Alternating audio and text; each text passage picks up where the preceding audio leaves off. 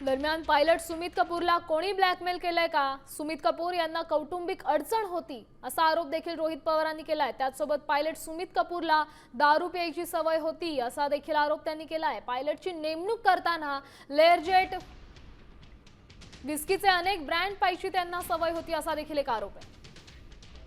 ते जे काही घटना घडल्या अशी शंका आहे की त्यांनी मुद्दामूनच त्या घटना त्या ठिकाणी घडून आणल्या, कारण बऱ्याच एक्सपर्टशी बोलल्यानंतर विमान ज्या पद्धतीने कळलं ते मुद्दामून मॅन्युअली आणि ट्रान्सपॉन्डर हे विषय तुम्हाला त्या आधीच्या ह्याच्यामध्ये सांगितलेलं आहे। याच्यात खोलात जाऊन चर्चा करायची जरूरत आहे, पण त्यांना दारू प्यायची खूप सवय होती।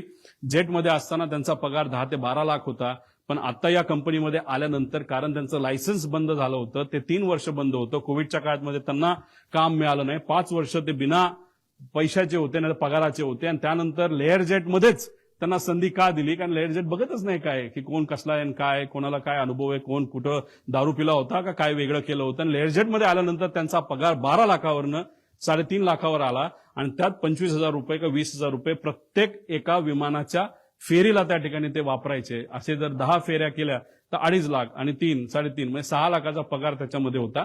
5 वर्ष पगार नसल्यामुळे आणि हा पगार मोठ्या प्रमाणात कमी झाल्यामुळे आणि मोठे मोठे विस्कीचे ब्रँड त्यांना प्यायला त्या ठिकाणी लागायचा, त्याचा खर्च जास्त असल्यामुळे आणि व्यक्तिगत एक कुठला तरी विषय ज्यामुळे ते डिप्रेशनमध्ये होते, आणि ह्या सगळ्या गोष्टीचा उपयोग घेऊन त्यांच्यावर प्रेशर टाकून कुणी ब्लॅकमेल करून काय घटना घडली का असं आमचं डाऊट आहे। हे क्लिअर करणं महत्वाचं आहे।